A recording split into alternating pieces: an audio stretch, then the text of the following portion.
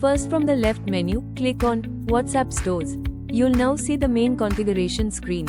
Here you can see the list of already added store. To create a new store, click on the New WhatsApp Store.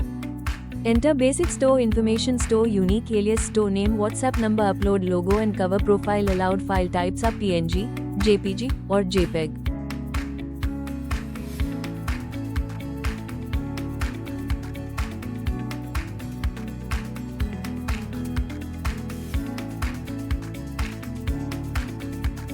Once all your details are added, click Save to publish your WhatsApp store.